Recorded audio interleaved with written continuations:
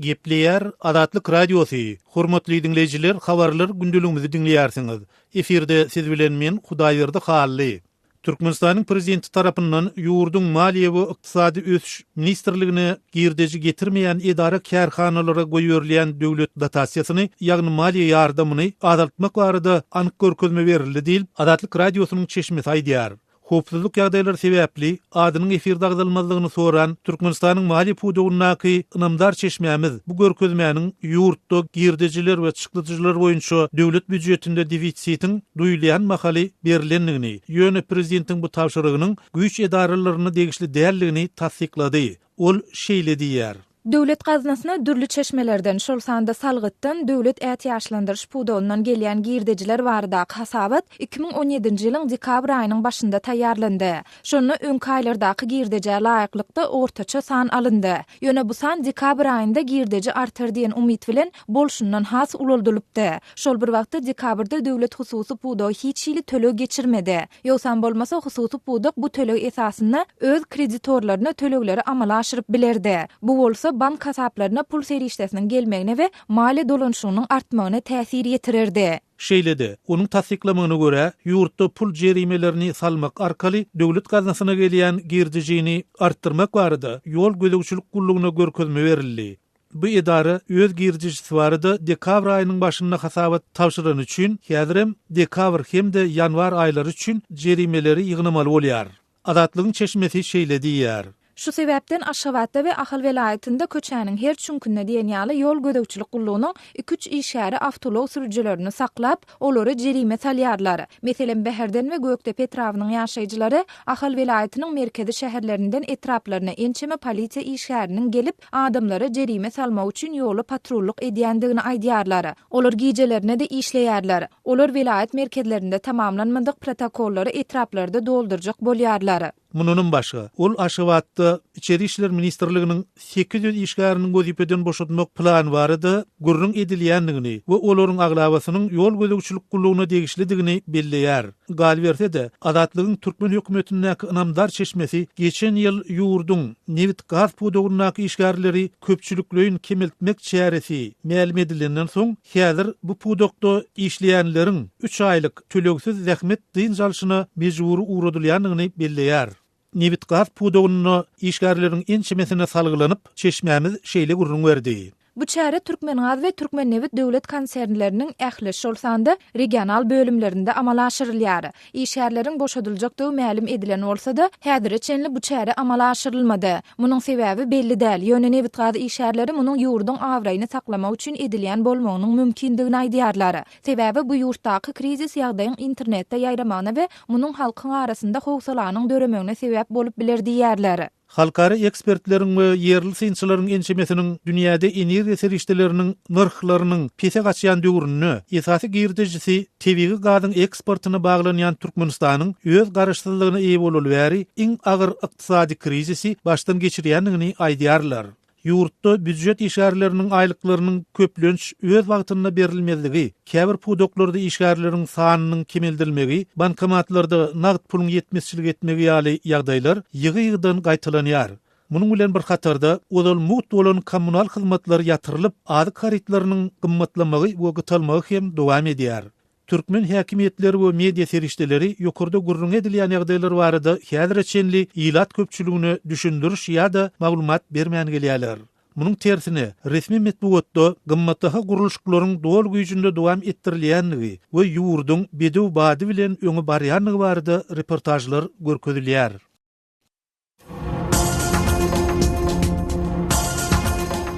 Öz sewitinizde bolýan wakalar barada adatlyga maglumat bermek isleseňiz, biziň Facebook hasabymyzda ýazyň. Bizi gözlegi bölümine Adatlyk Radiosu ýazyp tapyp bilersiňiz.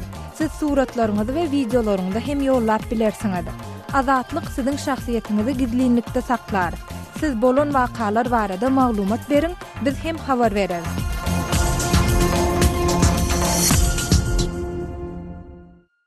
Gepleýär Adatlyk Radiosu. Habarlar günneligi gepleşigimizde men Sehra dowam etdirýärin. Dün, yani 13. fevralda Aşgabatyň halkara aeroportunda aglawaty lewaply we daşodly dinanlardan ibaret ýolagçylar protest geçirdiler diýip Azatlyk radiosynyň paýtagtdaky çeşmeleri aýdýarlar. Hiç hili düşündürüş berilmezden Aşgabatdan İstanbul'a uçyan uçoru 70 ýolagçy goý berilmedi. Şonu aýallar kiçik orumdaky protest çärelerini geçirdiler. Olaryň ählisini goýun sürüsini sürünýäl edip köýen biletlerini tawşyrmaklary üçin kassa tarap uğratdylar. Dip hopsuzlyk ýagdaýlary sebäpli adynyň efirde agdalmazlygyny soran çeşmämiz gurrun berdi. Bu maglumaty dün agdalýan uçurda Türkiýanyň İstanbul şäherine baran türkmensanly ýolagçylaryň biri hem tasdiklap, ol Boeing 777-200 kysymly uçura goý berilmedik türkmen raýatlarynyň sanynyň 80-den hem aşýandygyny bellidi. Bu ýolagçylaryň aglawasy welaýatlardan gelen türkmenstanlylardy. Olar Türkmen Howa Ýolları kompaniýasynyň 19:30-daky reýsine goý berilmediler. Soňra ýolagçylar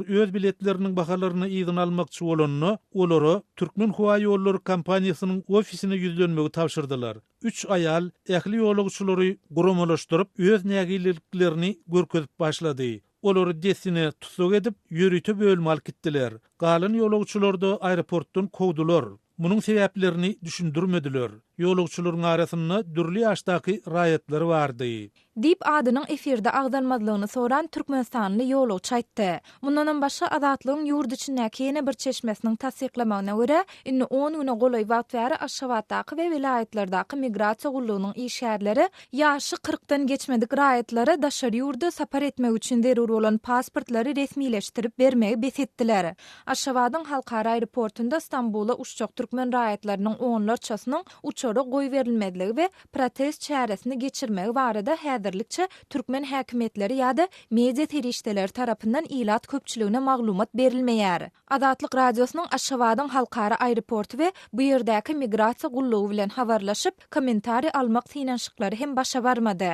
Emma Türkmenistanda daşary ýurtlara, hususan da Türkiýanyň İstanbul şäherine sapar etjek türkmen raýatlarynyň hiç ýyly düşündürüş berilmeden seýahat mümkinçilikleriniň çäklendirilmegi ýagny uçura goý berilmediligi bilen bagly ilkinji tejribe däl. Geçen ýylyň awgust aýynda Türk Howa Ýolları kompaniýasynyň Aşgabat-İstanbul aralygyna sapar edýän 2 gatnaw reýsi boýunça adyndan 20 ýolagçy uçura goý berilmedi. Şonu 6 awgustda İstanbul'a gitjek uçura goý berilmedik türkmen raýatlarynyň biri Aşgabatyň halkara aeroportundaky migrasiýa gullugynyň işgärleriniň aglawasy daşodly we lewaply ýolagçylary hiç ýyly düşündürüş bermeden öz vilayatlaryna uğradandygyny aýdypdy. Şeýlede geçen ýylyň iýununda Azatlyk radiosy bilen habarlaşan türkmensanlaryň bir näçesi Aşgabatdan İstanbul'a we Dubaýa uçmak isleýän türkmen raýatlarynyň ençemesiniň uçura minmegine ruhsat berilmeýändigini ma'lum etdiler. Şonda bir raýat özüniň we beýleki ýolagçylaryň ähli resmi namalarynyň hemde iş we syýahat wizalarynyň bardygyna garamazdan näme sebäpden ýurtdan çykarylmaýandygy barada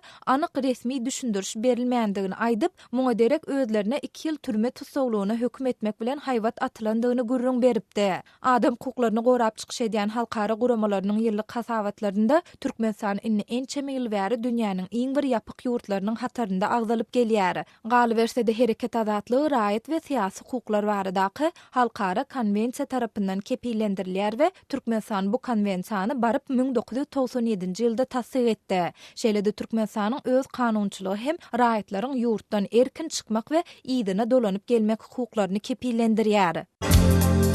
Azatlyk radiosynyň Türkmenistan baradaky iň soňky we täze maglumatlaryny howpsuz ýagdaýda öz mobil telefonuňyzda okumak isleýäňizmi? Onu Azatlyň Telegram sosial ulgamynyň sahypasyna ýazylaň. Bizi gözle bölümine Azatlyk radiosy ýazyp tapyp bilersiňiz. Biz bilen Telegram arkaly ýagny goşmak belgisi 420 724 168 983 we goşmak belgisi 420 773 797 383 telefon belgileri bilen habarlaşyň. Biz siziň şahsiýetiňizin gizlin saklanjakdygyna kepillik etýäris. Gepleýär Azatlyk radiosu. Habarlar günneligi gepleşigimizi men Döwlet Baýhan dowam etdirýän. Türk poliýasynyň gurnaýan operasiýalaryna türkmen zenanlary saklanmaga dowam edýär. İstanbul'un Aksaray etrawyna 140 migrant zenan ten sewdasyndan saklandy. İstanbullu Türkmenistanlaryň köpçülüklüğün esasy üýşýän, bolýan we işleýän ýeri hasaplanýan Aksaray etrawyna hepdäniň din jalşygyny geçirilen operasiýalarda ten sewdasyna mejbur edilenligi öňe sürilýän 140 sany daşary ýurtly zenanyň saklananlygy ma'lum edilýär. Azatlyk radiosuna anonim ýagdaýda maglumat beren İstanbullyky polis çeşmesi Aksarayda käbir din jalşýerlerine aglabasy Türkmenistanly bolan daşary ýurtly zenanlaryň zor bilen ten sewdasyna mejbur edilýänligi we şeýle de ol ýerde adam sewdasynyň ýoly goýulýan baradaky maglumaty alan howpsuzlyk güýçleriniň güman edilýänleri 3 ay boýunça tehniki hem fiziki taýdan ýydarlanýyny gurrun berdi. Polis çeşmesi İstanbulyň Aksaray diýen ýerindäki daşary ýurtlaryň esasy anam Türkmenistanly raýatlardan emele gelýändigine ün çekip, geçen hepdäniň ahyryna gurnulan operasiýada saklanan 140 sany migrant zenanyň arasynda köp sanly türkmeniň bardygyny aýtdy. Ýöne polis çeşmesi Azatlyk radiosuna tutulan türkmen zenanlarynyň anyk sanyny vermekden we olar barada jik-mejik maglumat beýan etmekden saklanýanlygyny bildirdi. Türkiýanyň Milliýet gazetiniň ýazmagyna görä bolsa, Türkmenistanly raýatlaryň İstanbullu esasy ýykyn edýän ýeri bolan Aksarayda 23 tany giýjeki klub bilen 10 mehmanhananyň dolulugyna ýapylanlygyny ýazýar. Beýlik tarapdan Türk mediasyna Türkiýanyň Düzce welaýatyna ten sewdasyny gurnamakda güman edilip göz astyna alynan Türkmenistanly zenanyň geçen hepde deportasiýa edilenligi habar berilýär. CNN Türk telekanalynyň beren maglumatyna görä, Düzce welaýatynyň polisiýa gullugy welayet merkezinde we Akça Koja etrawyna ýerleşýän günnelik kireýe berilýän 74 sany jaýda barlyga geçiripdir. Düzce şäheriniň Gaziantep şaýolunyň uğrunaky bir jaýda günnelik kireýe berilýän bir öýde ele salynan 38 ýaşyndaky Meýe atly türkmen migrant zenan bilen 35 ýaşyndaky Gürjistanly Teke atly zenanyň ten sewdasyny gurnamak bilen meşgullananyny anyklanyp Sözü jemläp aýtsak, Türkmenistanyň döwlet gözegçiligindäki metbuatyna Türkiýedäki türkmen migrantlarynyň başdan geçirýän ýagdaýlary arasynda söz açylmaýar. Şol urwatyň özünde şeýle ýagdaýlara duş gelýän türkmen migrantlarynyň ykballary barasynda degişli türkmen ýa-da türk resmiýlerden haýsam bolsa bir kommentariýa almagam Azatlyk radiosyna başartmaýar. Hormatly radio dinleyijileri, Azatlyk radiosynyň gepleşiklerini gysga tolkunlarda her akşam Aşgabat wagty bilen saat 7-den 9-a çenli 6060 kHz ýyglyklarynda 49,5 metrlerde ýa-da 11965 kHz ýyglyklarynda 25,12 metrlerde dinläp bilersiňiz.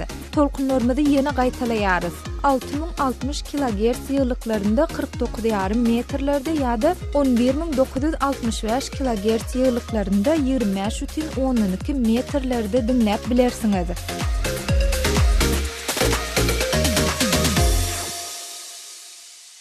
Gepler Azatlyk radiosu efirde siz bilen men Sultana Çylwa gepleşiklerini dowam etdirýäris. Aşgabatyň bazarlarynda ady önümleriniň bahalarynyň gün-günden ýokarlanýandygyny ýaşaýjylar aýdýarlar. Satyjylar bahalaryň ýokarlanmagyny dollaryň gara bazarynyň ýokarlanmagy bilen düşündirýärler. Emma özümizde öndürilen ady önümleri hem gün geldigçe gymmatlap barýar diýip özüni maral diýip tanıştyran Aşgabatly ýaşaýjy aýdýar. Özümizde öndürilen adyk önümleriniň bahalarynyň ýokarlanmagyny bolsa, ýurtda malimleriniň, kepegiň, jymygyň, sarunyň gytalmagy, olaryň döwlet kesgitlen uzalky bahalarynyň hem ýokarlanmagy bilen, soňky ýyllar bolsa bindiniň mahadynyň aşa ýokarlanmagy bilen baglanşdyran ýaşaýjylar hem kän. Maralyň aýtmany görä Aşgabatda eň bir arzan hasaplanýan Lomay bazary bolan Altynasar bazarynda hem soğanyň 1 kilosynyň bahasy 5 manat 50 teňe bolupdyr. Hususy dukanlarda bolsa soğanyň 1 kilosy 6-7 manatdan satylýar. Uzal kartoşa 2 manat 50 teňeden bolan bolsa, şu gün onuň wagty Lomay sewda bazarynda 3 manat 60 teňeden satylýar. Indi bir ýyldan hem gowrak wagt bäri döwlet ýol başçysynyň özünde öndürilen goýok we bakça önümleri bilen ilaty üpçün etmek barada berýän görkezmelerine deretmeden hatta soğan, kartoşa bilen hem ýurdu üpçün edip bilmäge bu işe jogapkär adamlaryň başaranynyň ýokdugyny görse bolar diýip ol aýdýar. Odal 1 kilogramy 4 manat olan alma mandariler şuullar lomay sowdagarynda 6-8 manat aralygynda satylýar. 1 kilogramy döwlet bagasy 5 manat olan şekerin 1 kilogramy lomay sowdagarynda 6 manatdan, hususy dukanlarda 7 manatdan satylýar. Odal 200 gram agram bolan daşary ýurtda öndürilen prezident atlandyrılan meske ýagynyň bagasy 8 manat 50 teňede. Häzir onuň bagasy 17 manata baryp ýetdi diýip ol sözüne goşýar. İlaty iňir beýinçiligi diýen zat bahalaryň aýda ýa hepdede dälde her günde ýokarlanyp durmagy. Şuň alan bahanyň ertesi bardan eýýän satyjylar harytlary 20-30 teňe ýokary bahalaýarlar. Şeýle baha ýokarlanmagy sekirýär. Sawa atlandyrılan meýwe tuwlarynda hem görünýär. Arçalyk berden ýaly 1,5 litr plastik gaplara gaplanan gazly suwlaryň hem bahalary her gabynda 33 teňeçe ýokarlandy diýip ýaşaýjylar aýdýarlar. Öý bikelerini alada goýan zat bolsa eýýämden şekeriň bagatynyň ýokarlanmagy we onuň hatda käbir dukanlarda tapdyrmaýan halatlarynyň hem bolýarlygy. Eýýämden tomsyň aladasyny etýän öý bikeleri soňra mürebbe aýnatmaly wagty şekeriň bagasy görnäçe bolar diýip şugullerden şeker alyp goýmaň aladasyny etýändiklerini aýdýarlar. Emma ähtiýaçlyň aladasyny etmänmide de şugun kun iýjegmez alada diýen hojalyklara da kän doşsa bolýar. Türkmen telewizionyasynda her gün mahabatlandyrylan adyk bolçularynyň fonunda adyk önümleriniň bahalarynyň ýokarlanýan dawarda kelam agy aýdylmaýandygyny, ujypdyz aýlygy maşgalanyň iýjegine ýa gejegine ýetirip bilmän kötenýän hojalyklaryň sanynyň artýandygyny ýaşaýjylar nykdýarlar.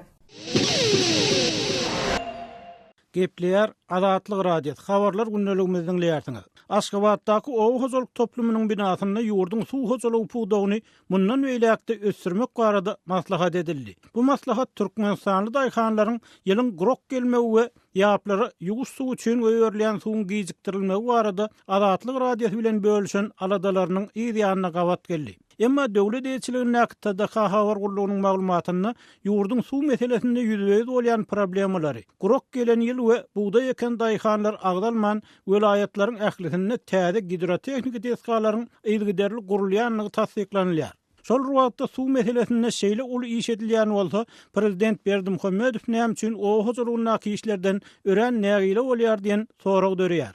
Döwlet Daşdanyň 9 fevralda geçiren hökümet maslahatyny 2018-2030 ýyllarda suw hojalygyny ösdürmek goýunça programma taýýarlamak buýurmagy hem şu nägilelik bilen bagly bolup görünýär. Bu buyruk gönü bolmasa-da Azatlygyň habarçylary bilen söhbetdeş bolýan daýhanlaryň soňky 10 ýylda Garawum kanalynyň gowy arassalanmalygy we ondan gelýän suwun möçüriniň ören adalyny baradaky maglumatlaryny tasdikleýäni meňdýär. Bundan başga Göktepe we Xanhoğuz suw howdanlaryna soňky ýyllar balykçylyk hojalyklarynyň döredilendigi, daha şoňdaky gadymdan gelýän ýaplara iýdik edilmeýänligi barada hem maglumat bar. Türkmenistan geçen ýyl buğday planyny dolup bilmedi we paýta ýygymy plan nolunu diýilse-de ýylyň soňky aýlaryna çenli dowam etdirildi. Azatlygy interwiu berýän daýhanlaryň köpüniň tasdiklamagyna görä, buğday we paýta planlarynyň ýagdaýy köplenç ýylyň gelşini suwa bagly. Azatlygyň seçmeleri 2018-nji ýylyň hem häzirki ýagyş ýagmyr seýrekliginden çen tutulsa gurok gelýändigini aýdýarlar. Bu ýagdaý güýlük buğdaýyň boýalman, göýdüp galmagyna getirmese ýagyş diýip Azatlyk radiosynyň ahally söhbetdeş aýtdy. Bu gurokçuluk Türkmenistanyň soňky ýyllardaky iň agyr maliýe hem ykdysady kynçylyklaryna gawat geldi. Aşgabatly ýazy Amanrat Bugaýew bu pursatda türkmeniň ýykylsaň ýere ýapyş diýen nakylyny eýermelligini aýdýar. Golaýda Balkan welaýatynda saparda bolan synçynyň tasdiklamagyna görä, güýde buğday ekilen ýerlerden alynan häzir göwgörüş juda ýaramaz. Bir gözüň bilen görmesen, ama ýaramaz. Ekilen ýerlerde her göwgörüş alypdyr buğday. Onda yüzü sararı otu. Bugaýewiň sözlerine görä, bu göwgörüş daýhanyň gelýän aýlardaky ýagdaýynyň asla ýeňil bolmajakdygyny aňladýar. Yerli synçynyň pikirine görä, ýylyň grok gelmegine ne hökümet, ne de daýhan günäkär. Emma bir ýerde döwletiň üstüne düşýän jogapkärçiligi aradan aýryp bolmaz. Ýazy Bugaýew meselede ilkinji edilmeli zat hökümetiň öz ýalňyşyny boyun almagy, onu düzeltmegi diýip hasaplaýar. Öz ýalňyşyny boyun almaly. Şon boyun almazdan öz daýhanyna, öz raýatyna kast edip Sen şunsa tohumluk beğenmem. Ay şunsa su verdik. Ay şunsa döküm verdik diyor. Zun ettenler dayhana komer etmez. Türkmenistan'ın o hozoluk Sovet döwründe Garawum kanalynyň gyslanmasy gurulmagy, Moskwadan verilen paýta planlary, suwun biýsarpa tutulmagy we ekrançylyk yerleriniň köp möçberde sorulmagy ýaly problemleri miras aldy. Ýurt garaşsyz bolandan soň neft gaz girdejileriniň belli bir bölegi o hozoluk, ekrançylyk, suw deskalaryny bejermäge gönükdirler öýdüldi. Emma döwlet terişdeleriniň uly bölegi kongres sallaryna, ofis binalaryna we beýleki proýektlere garşylandy diýip yerli ekspertler aýdýar.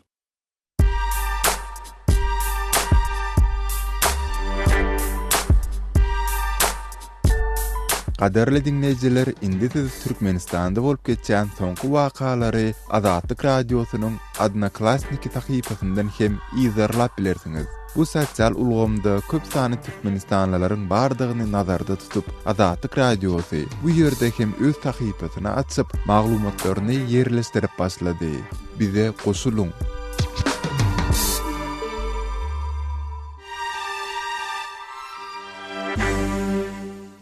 Gepleýär Azatlyk radiosu. Eferde habarlar günneligi bilen men ýokşanan Nurwan. Türk kompaniýalary topuk gaz geçirjisiniň gurulşygyna gatnaşmagy gydyklanma bildirýär.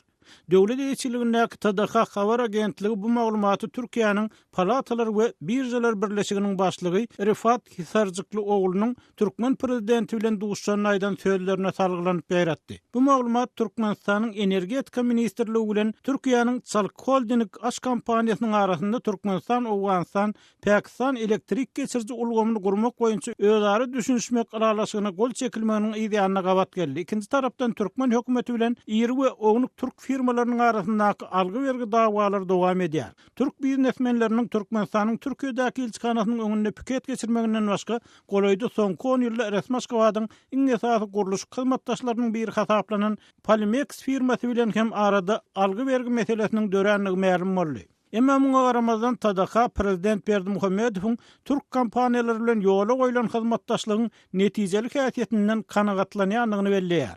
Şeýlede neşir Türk kompaniýalaryny Türkmenistan, Owganistan, Pakistan transmilli gaz geçirjisiniň gurulşygyna çekmek mümkinçilikleriniň maslahatlaşylandygyny habar berýär. Emma bu maslahatyň detallary aýdynlaşdyrylmaýar. Mundan öň Saudi Arabistanyň hem topugyň gurulşygyna maýa ýatyrjakdygy habar berilipdi we bu maýanyň möçberi açylmandy. Ekspertleriň pikirlerine görä, uzak ýyllardan bäri dilden düşmän gelýän topuk geçirjisiniň gurulmagynyň öňünde iki sany esasy kynçylyk bolup, olaryň biri maliýe. 10 milyard dolar çemberindäki terişde meselesi bolsa, ikincisi Owganistanyň howpsuzlyk ýagdaýlary bolup durýar. Elbetde paýtagyt Kabuldaky terror hüjümleri dowam edýände bolsa, Owgan häkimetleri ýurdun iň howply ýerlerinden geçjek geçirjiğiniň howpsuzlygynyň üpçün ediljekdigini, ony 7000 çemet eskerin gorajakdygyny aýdýarlar. Hyzmatdaşlarynyň käbir tarapyndan bergilerini töläp bilmezlik daýyplanan Türkmengaz döwlet konserni bu gurulşygyň çykdyjylarynyň 85%-ni öz boýuna aldy we käbir ekspertleriň anonymlyk etmeklerine garamazdan topugyň Türkmen bölегiniň gurulanyny aýdylýar. Şeýlede Türkmen hökümeti bu geçirjiğiniň Owgan bölегiniň gurulşygynyň şu aýda başlanjakdygyny eglan etdi. Bu dawara Metro tawarlaryna görä 23 fevralda geçiriler. Topuk proýektiniň töweregindäki ýagdaýlar uzak wagtdan bäri ýakyndan synlaýan analitik Luka Ancheşiňiň Ýewreýja net neşri bilen söhbetdeşlikde aýtmagyna görä, topugy gurmakda, soň goramakda örän uly harajatlar talap eder. Angliýanyň Glasgow Universitetiniň merkezi ýurtlar boýunça professorynyň tasdiklamagyna görä, topuk geçirjisiniň Owgan bölegi ýurdun iň bir durnuksuz ýerlerinden geçýär we onuň goragy üçin ummasyz kän terişde gerek bolar. Şeýle dolentek Pakistan we Hindistanyň şeýle agyr we gymmat şertlerde getirilip biljek gazy näçe wagtdan satyn aljagy belli dälýär. Şu aralykda Iranyň neft ministri Bizan Namdar Zangene topuk geçirjisiniň gurulmak mümkinçiligini şüphe bildirdi. Şeýle dol topugyň Saudi Arabistany we Abaşa tarapyndan Iranyň regionaky maksatlaryny bökdemek synyň şuwurmak ähtimallygyny ýaňdatdy. Topuk geçirjisi gurulup butorulsa 1814 kilometr aralyga uzap Türkmenistanyň Galkynç gaz ýatagyndan Hindistanyň Penjab ştatyndaky Fazilka şäherine gaz eltmeli. Onuň kuwatlylygy ýylda 33 milyard kubmetr gaz bolup, ol gazdan Pakistanyň we Hindistanyň hersi 14 milyard kubmetrini, Owganistan bolsa galan 5 milyard kubmetrini satyn almaly. Hormatly radio dinleyijiler, şunuň bilen habarlar gündeligimiziň şu günkü sanyny geçirip gutarýarys.